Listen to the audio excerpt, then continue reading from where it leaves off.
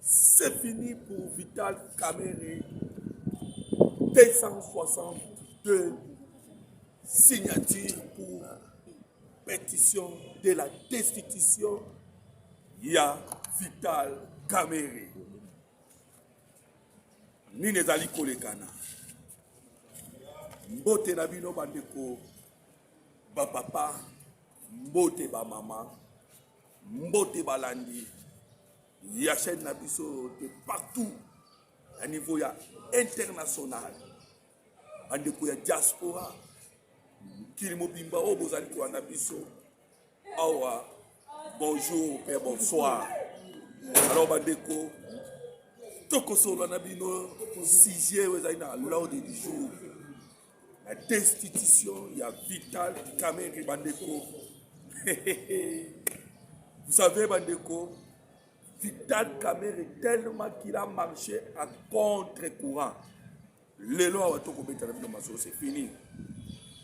Alors, très chers frères congolais, Bandeko Banamboka Congo, je vais vous révéler le pourquoi la destitution Vital Kamerhe. Parce que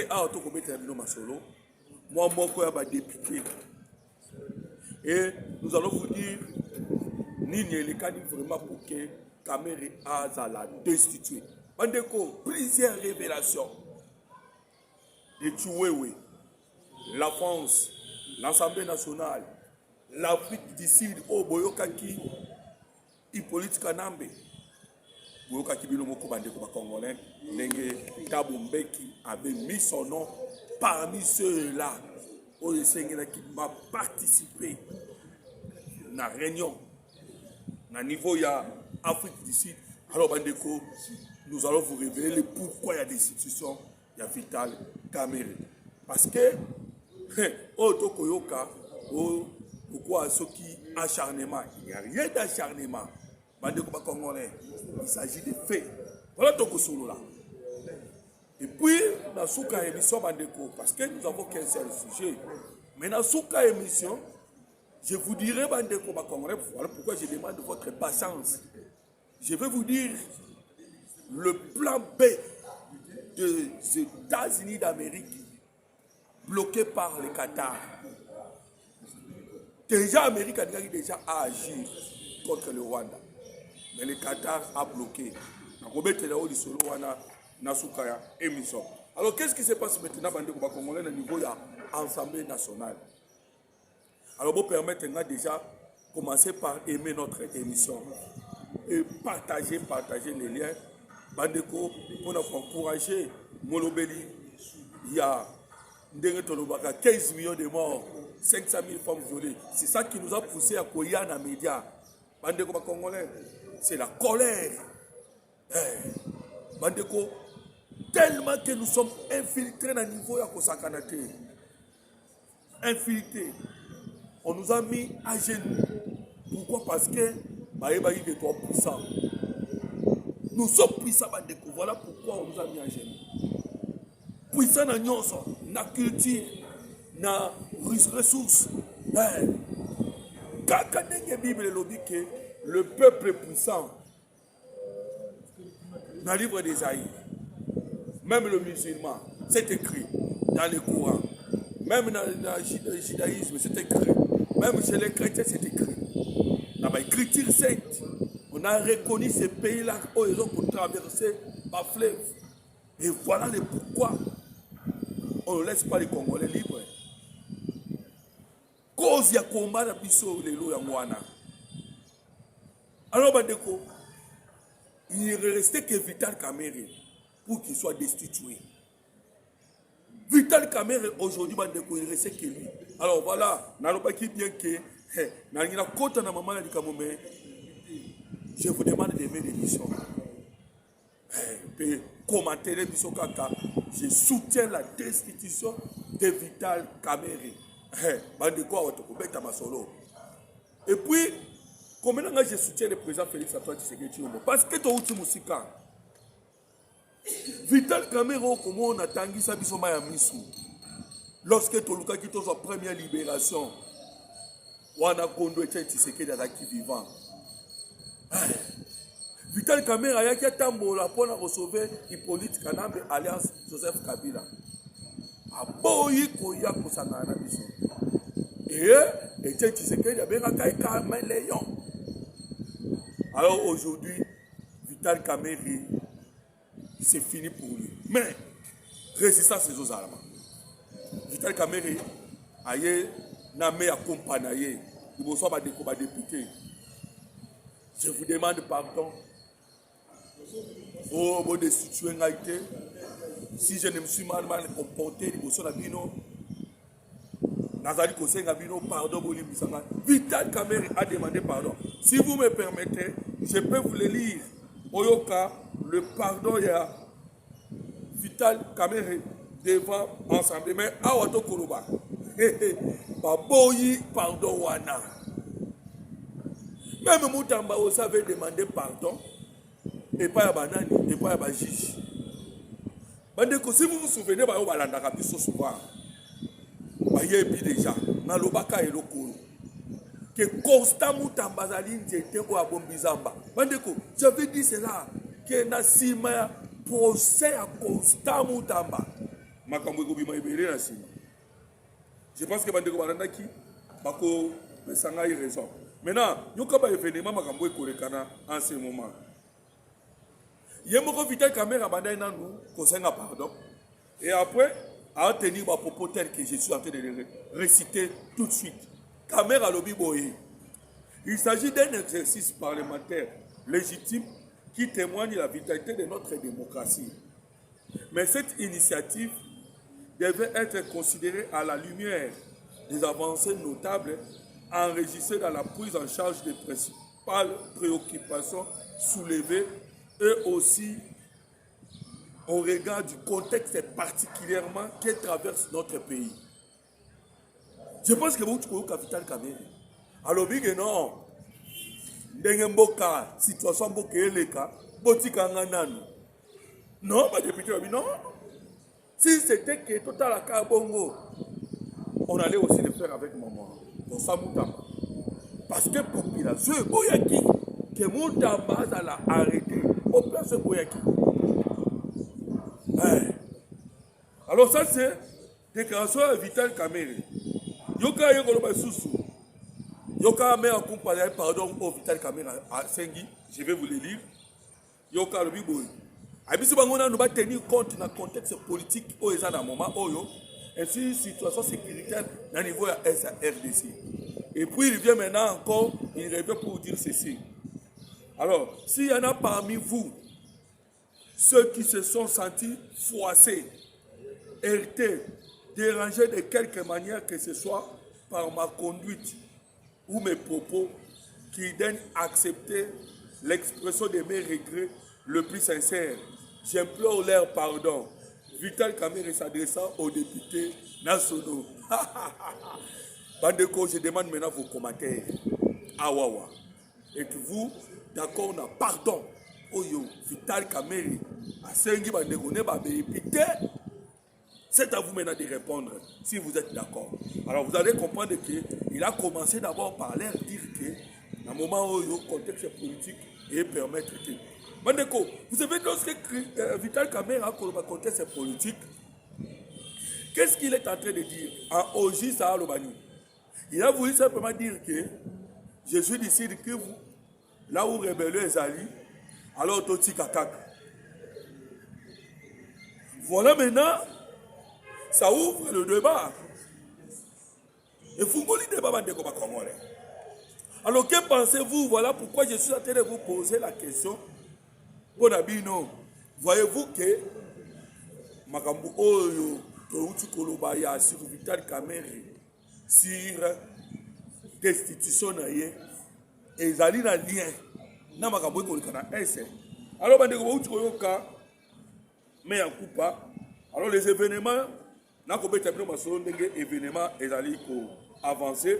En même temps, gouvernement Judith Siminois, qui va déposer Autogobenga, budget, il y a exercice 2026, où il y a un chiffre à 20,3 milliards de dollars. Normalement, septembre, où il y a vraiment des exercices, il y a budgétaire, pour que les députés nationaux comme on a voté et ça approbation na bango na budget oyo exécutif national yaki nango voilà madame Judith Simi no akoma ki pe ayeli bango. Mais après qu'est-ce qui s'est passé bandeko makambo eko yinda nde na sima Kamere pensait que denga senga ki pardon c'est fini que makambo esili nzoka nde makambo esili ke ba député pétitionnaire oyo bazwaki na pétition na bango wa tozolo ba Crispin Bindule oyo auta quand même parti na ye bandeko la vidéo elle est là bandeko ateti na bureau pour na ko déposer sikoyo la pétition oyo na ba signature nyonso na bandeko nyonso de sorte que va obtenir destitution à Vital Kamerhe par les votes et que ça par les votes. Alors cela m'a amené à réfléchir que mon numéro Vital Kamerhe a ça que na dosa ko samutamba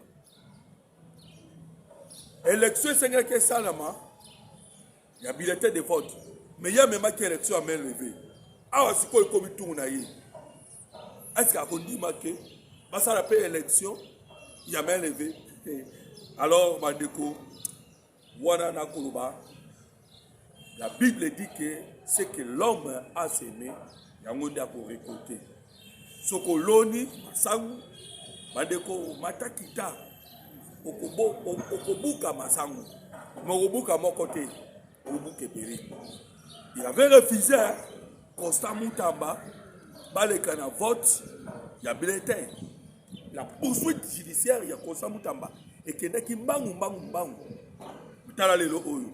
Alors bandeko arrivé na bureau yoka les députés qui ont signé la pétition contre Vital Kamerhe n'ont trouvé personne au bureau de ces derniers pour déposer leur demande, le portail étant fermé. Bandeko donc dès que tu as boyé Kamerhe a même batourné dans l'ensemble va pirier parce que les députés va y pouvoir déposer dès que tu koyo kangai na bureau va déposer leur demande. Il y a destitution à Vital Kamerhe. Ils entrent, ils trouvent personne. Bureau fermé. Oh non. Awa bureau et kofungwama. Voilà maintenant bandeko. Là vous pouvez voir la vidéo dans la oyo. Crispin Bindule, il est là. L'île sa terre. En colère. Abi non? Si vous remarquez bien, ils sont devant le bureau. Ah bandeko. Devant le bureau. Alors, qu'est-ce qui se passe? Yoka bandeko ba congolais, ce qui s'est passé. Le bureau de réception des courriers de l'Assemblée nationale fermé. Les pétitionnaires ont fait venir un huissier de justice pour réceptionner la pétition. Bakangi bureau bakimi. Ba député habite au tikate. Ba bengi moko ya ba huissier aya. Pour que bango bakamata va déposer pétition à bango et bandeko ba congolais a tout comme Sabino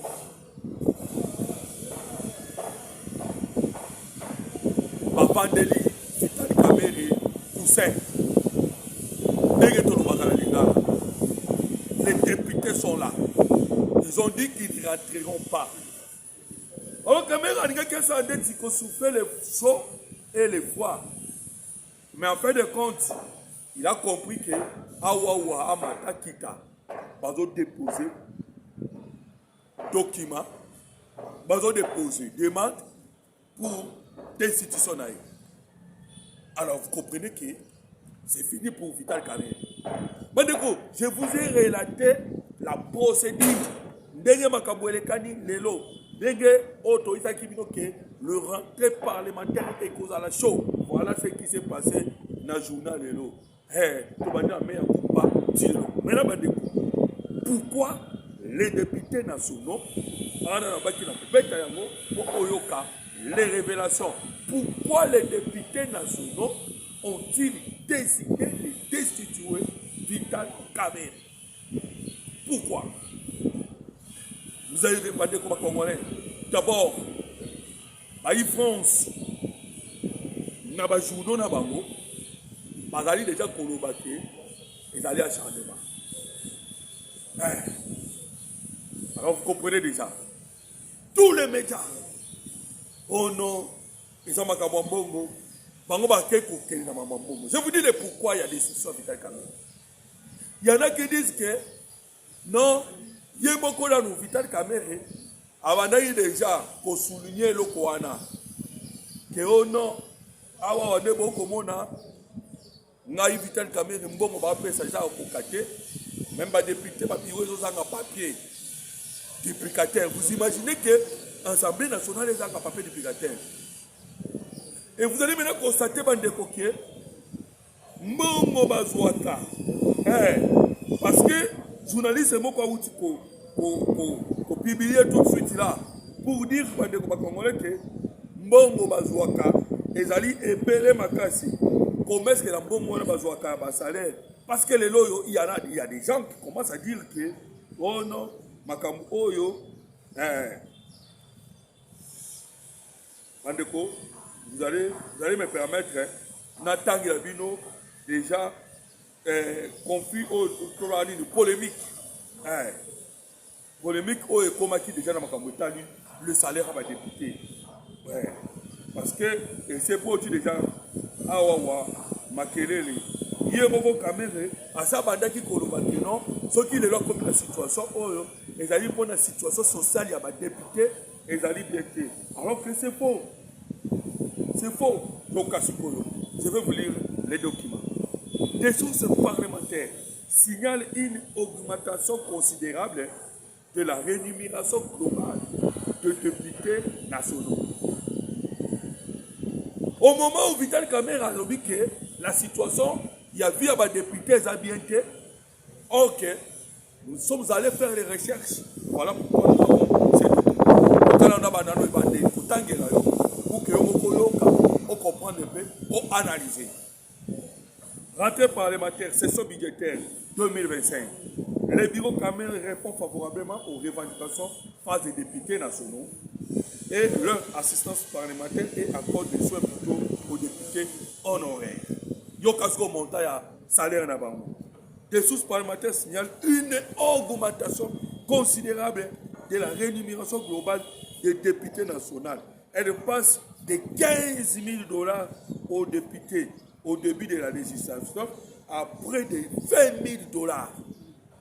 Nos députés ont 20 000 $, mais papier est athée. Là, c'est les députés. Bon, on se connaît combien? Je ne peux vous dire pas d'attendre surtout parce que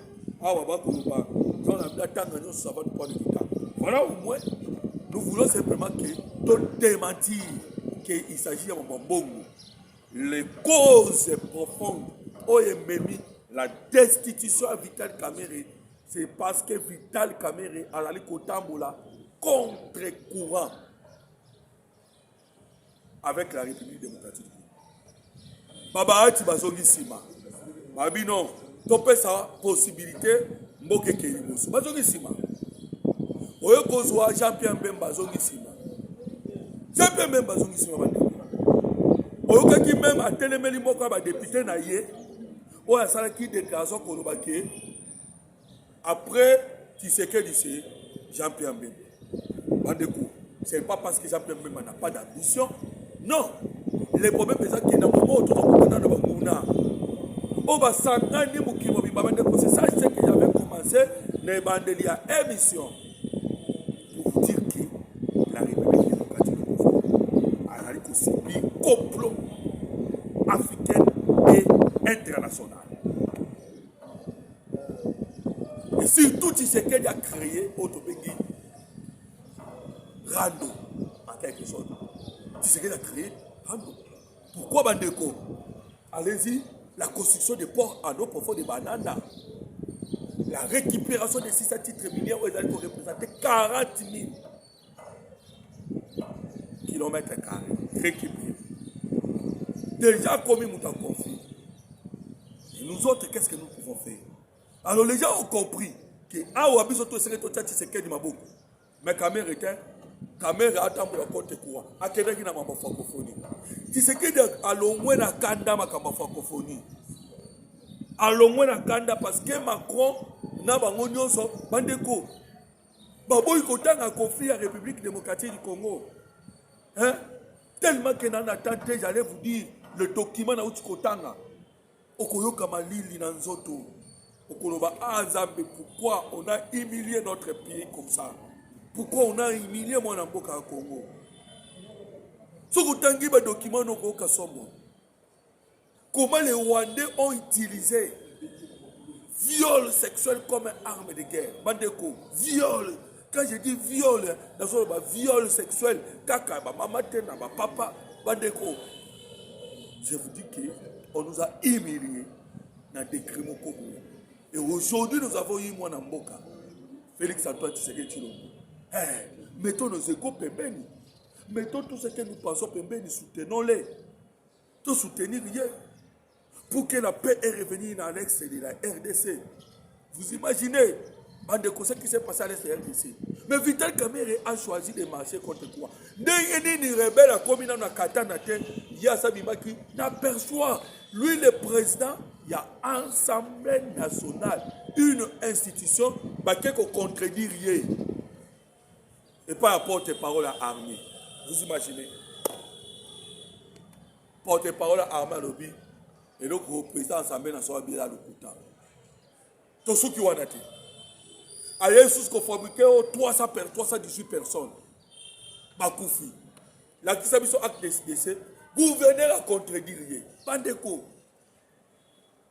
Ah, ou à Makabo, tu as un avion. Ou tu as un mandé au Congo. Mokozambo, a roulé le Kouropo. Or, dans la vidéo, dans le numéro de téléphone, pour les bandeko congolais, benga, to pesa bango. Bandeko, le directeur général de RVA wana dans l'Assemblée nationale, babengi ça qui est pas mon député, a s'expliquer dans les compétences là. Avant même avion Goma. Il a défendu ce monsieur parce qu'il est de même coin. Nayemoko Vital Kamerhe. Alors, vous comprenez que il a tellement excellé dans ma cambourte où tu connais il y a contre-courant. Maxime Prévost où tu connais à Komika Kaboy. Au moment où réaliser Nabiso, mais Zibayama et les autres, Babi Nabiso qui tout ça le dialogue. Et le dialogue, c'est tout ça, il faut que ça là, dialogue inclusif. Mais Congolais. Et puis, dialogue, tout ça là, il faut le processus de Washington et si là, il y a deux Wakimo. Et puis, il y a un Wakima qui processus à Doha. Quand c'est Vital Kamerhe a ôté dialogue inclusif. Autant que le Bawana, il savait que l'Afrique du Sud, Mambo Goza. Il y a beaucoup de choses qui sont en Afrique du Sud. Autant Vital Kamerhe en Afrique du Sud, et lui-même, il s'est retrouvé encore en Afrique du Sud. Bandeko. Alors, Bino, Naïb Sakabino, tant que nous sommes en Dékonanga, Banamboka Congo, et maintenant nous émission Nangaï, partagez. Naïb Sakabino, tant que nous sommes toqués, pour Zamboka Yoka peuple. Ayoka peuple. Ndekomoka benga, bimen Ndekomoloto, Bino Penati Sekedi, Toyebisi, Kabwana na caméra, Yoka Kate, Tobaye na biso Tolembi. Le président Tshisekedi appelle ça temps. Je voulais dire que appelle ça temps. Il peut voir la chose, mais appelle ça temps. Mais moment opportun qu'on décider. N'est-ce pas les lots aussi que Kamerhe a koyate. Bandeko est comme irréversible. Kamerhe a tombé. Ma député m'a dit que Kotsaka Kamoso.